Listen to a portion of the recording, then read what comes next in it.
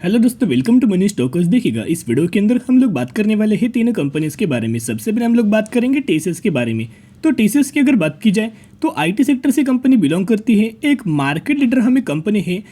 और as well as इसका अगर आपने Q2 का दोस्तों अगर आपने रिजल्ट देखा होगा तो बहुत शानदार तरीके से कंपनी ने परफॉर्म किया था। फिर भी कोई ज़्यादा जंप हमें टाटा कंसल्टेंसी सर्विसेज के अंदर देखने को नहीं मिली। कोई ज़्यादा जंप, इसका कोई रिएक्शन हमें टीसीएस के अंदर दोस्तों देखने को नहीं मिला। इनफैक्ट अगर आपने 4 नवंबर का इन्फोसिस एडीआर नाम से जो कंपनी है, हमें अमेरिकन मार्केट के ऊपर ये कंपनी लिस्टेड है। न्यूयॉर्क स्टॉक एक्सचेंज के अंदर हमें कंपनी लिस्टेड, जैसे कि विप्रो एडीआर हो, इन्फोसिस एडीआर हो, नैस्डैक हो। नैस्डैक के अंदर 99.9% जो कंपनीज है हमें आईटी सेक्टर से, आईटी कंपनीज हमें लिस्टेड निकल के आई हैं। तो नैस्डैक के अंदर हमें 4 नवंबर के दिन बहुत शानदार तरीके से तेज़ी से निकल के आई थी। और बेसिकली दोस्तों अगर आप देखोगे उसका कोई भी हमें रिएक्शन, कोई भी हमें डिफ्लेक्शन आपको इंडियन स्टॉक मार्केट के अंदर देखने को नहीं मिला। आज के दिन भी हमें आईटी सेक्टर के अंदर पैनिक लेवल देखने को मिला है। हमें निफ्टी आईटी के अंदर गिरावट नजर आई और इसके वजह से हमें कंपनीज के अंदर हमें कमजोरी देखने को मिल चुकी है। पिछले एक सालों में अगर आप देखोगे तो ऑलमोस्ट 20% की गिरावट हमें टीसीएस के अंदर देखने को मिल चुकी है। तो कंपनी का दोस्तों Q2 के रिजल्ट्स आप यहाँ देख सकते हो। नेट प्रॉफिट के अंदर 8% की ईयर ऑन बेसिस जंप नजर आई थी, 10,470 करोड़ की जंप निकल के आई थी।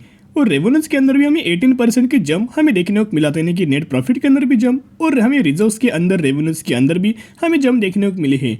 लेकिन इसका कोई भी हमें रिएक्शन टीसीएस के अंदर देखने को नहीं मिला। एक फ्लैट परफॉर्म है टीसीएस लगातार करंट बेसिस के ऊपर करते हुए नजर आ रहा है। तो कोई भी अगर फंडामेंटली कंपनी अगर फ्लैट अगर परफॉर्म करती है तो बहुत ज़्यादा शेयर होल्डर्स कंपनी के अंदर सेल करके निकल जाते। देखिएगा, बेसिकली कंपनी की मूवमेंट ऐसे आपको निकल के आएगी। टीसीएस का एक एग्जांपल मैं आपके साथ शेयर करना चाहूँगा। लॉकडाउन से पहले कंपनी 2000 से 1800 से लेके कंपनी 2000 रुपये के लेवल्स के ऊपर हमें ट्रेड कर रही थी। कंप्लीट एक साल दोस्तों कंपनी इन्हीं लेवल्स के अंदर ही हमें ट्रेड करते निकल के आई थी।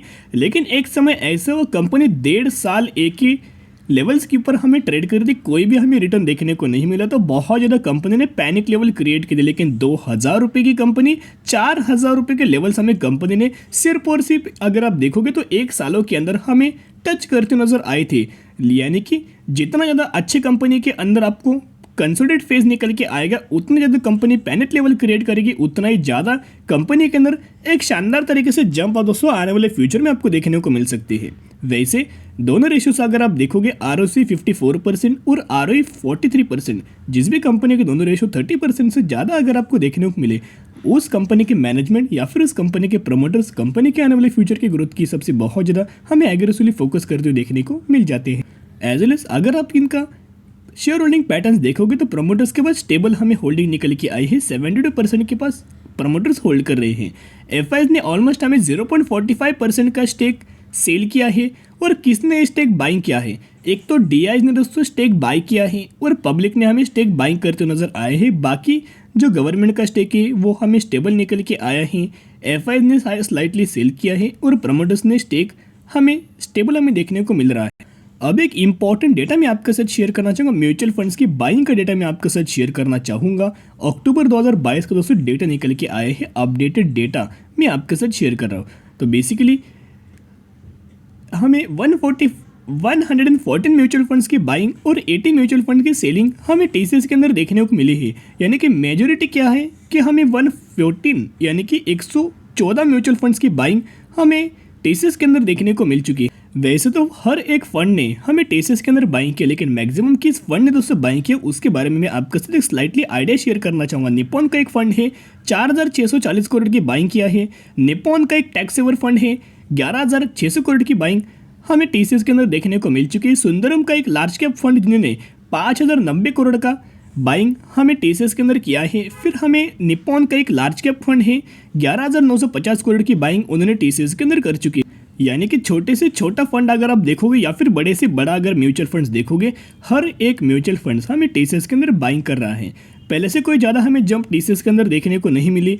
एक कंसोलिडेशन फेज के अंदर, एक गिरावट के अंदर हमें अवेलेबल है। जब भी दोस्तों इसके अंदर आपको तेज़ी देखने को मिलेगी, बाद में जब ये लेवल्स के ऊपर दोस्तों क्रॉस करेगा, बाद में बहुत सारे लोग क्या करेंगे, तेज़ी के पीछे भागेंगे। आपको कभी भी तेज़ी के पीछे भागना नहीं है। जब कंपनी गिरावट के अंदर जैसे कि करंटली अवेलेबल है, कंसोलिडेशन फेज के अंदर जैसे कि कंपनी अवेलेबल है, तब आपको इन कंपनीज के अंदर बाइंग करना होता है। और लंबे समय के लिए जितना कंसिस्टेंटली कंपनी के अंदर ग्रोथ निकल के आई है, तो जितना ज़्यादा लंबे समय के लिए आप ये होल्ड करेंगे उतना ही गजब का आने वाले फ्यूचर में आपको रिटर्न देखने को मिल जाएगा। So buy on dip strategy apply करना और लंबे समय के लिए होल्ड करके चल सकते हो।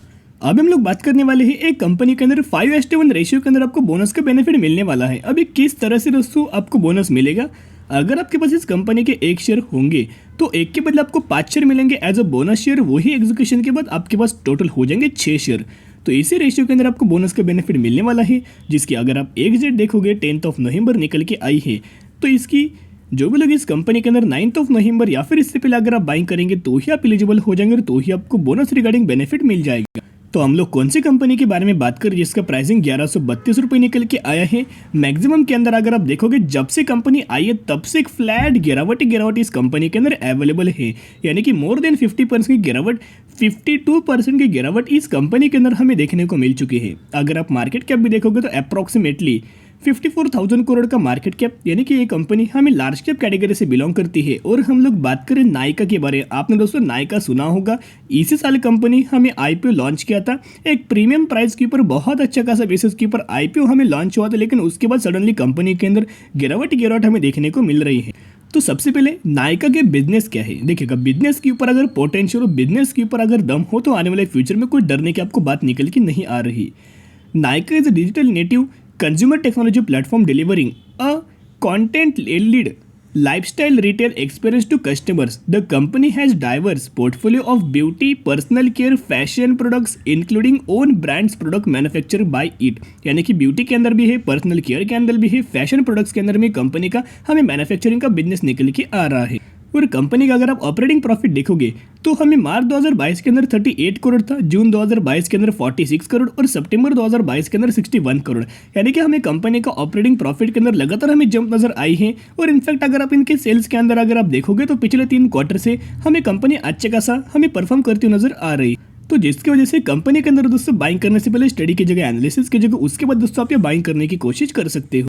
अभी हम लोग बात करने वाले हैं पॉलीकैब लिमिटेड के बारे में। बेसिकली पॉलीकैब इंडिया की अगर बात की जाए तो एक यूनिक बिजनेस के ऊपर कंपनी काम करती है और एक लीडिंग मैन्युफैक्चरिंग एक प्रोडक्ट्स के अंदर हमें कंपनी का बिजनेस निकल के आया है। तो कौन से सेक्टर से ये कंपनी बिलोंग करती है, केबल सेक्टर से कंपनी बिलोंग करती है, लेकिन केबल्स एंड वायर्स मैन्युफैक्चरिंग हमें कंपनी का बिजनेस एक निकल के आया है।